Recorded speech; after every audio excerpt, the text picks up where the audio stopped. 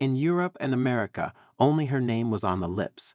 A generation of artists created her portraits, despite the fact that Elizabeth Siddal, who embodied the spirit of the Renaissance, became the object of attention. She was faced with a lack of fidelity on the part of her beloved artist husband, and the marriage with him turned out to be far from ideal. In 1849, a young woman who worked as a milliner in a hat shop, Lizzie Siddal, accidentally chose a lucky ticket.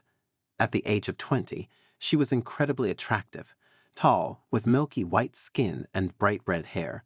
Seeing her decorating the window, the artist Walter Devereux realized that he had found his muse, the perfect embodiment of the beauty of the Shakespeare era. He invited her to pose for his painting, Twelfth Night, which depicted many characters from this play, and this moment is boldly considered the beginning of Elizabeth's career.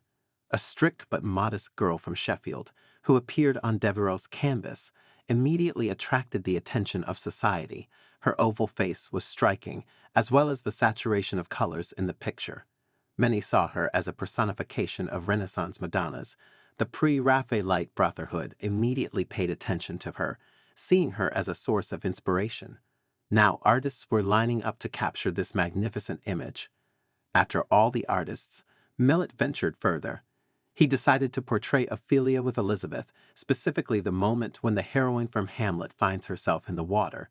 To achieve maximum realism, the girl was placed in a bathtub, and Elizabeth spent long hours lying in cold water. In order not to freeze, lamps were put under the bath, but Millet miscalculated. The shooting took place in winter, and Elizabeth caught a bad cold. The posing sessions had to be interrupted. Miss Siddal's father did not want to let the artist into his house, as Elizabeth felt her health deteriorate.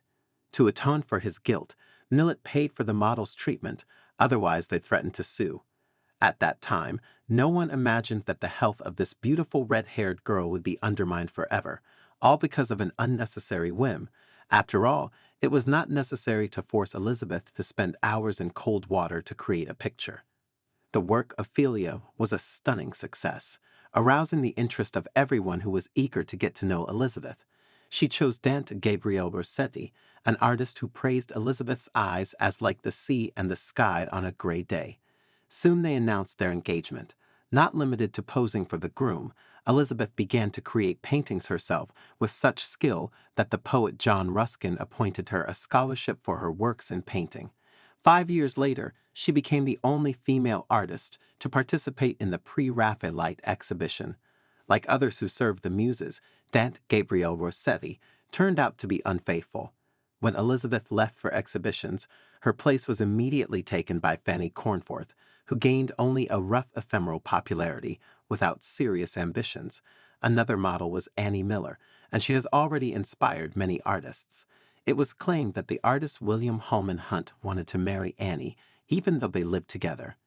However, Hunt was actually doubtful, knowing about Annie's affair with Rossetti. This complicated union, Dante Elizabeth Annie Hunt, could not arrange it. Elizabeth was tormented by jealousy. Her fiancé paid so much attention to this Annie in his works. One day, while he was away, she collected all the sketches and drawings depicting this Razlovnitsa and threw them into the Thames. Rossetti was furious.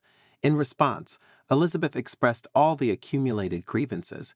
They live under the same roof, but are not married, and all these are those endless models. After this loud scene, the artist promised her a wedding. They married on May 23, 1860, but their union turned out to be close and tense. Dante could not give up his fun, and Elizabeth suffered because of his infidelity. Her health deteriorated so much that she turned to doctors for help. In 1861, they had a stillborn child, and this was the final blow for Mrs. Rossetti. A long time ago, during the creation of the painting Ophelia, doctors prescribed Elizabeth laudanum. Back then, little was known about the side effects, and access to medicines was practically free. Elizabeth became too enthusiastic about this remedy, and no one tried to stop her. They just didn't understand that the young woman was harming herself. She explained her narcotic interest with spiritual longing. There were many reasons. A difficult marriage, the loss of a child, undermined health. On February 11, 1862, this woman with fiery red hair passed away, who became a model who conquered 2 continents. The cause of death was excessive and accidental intake of laudanum.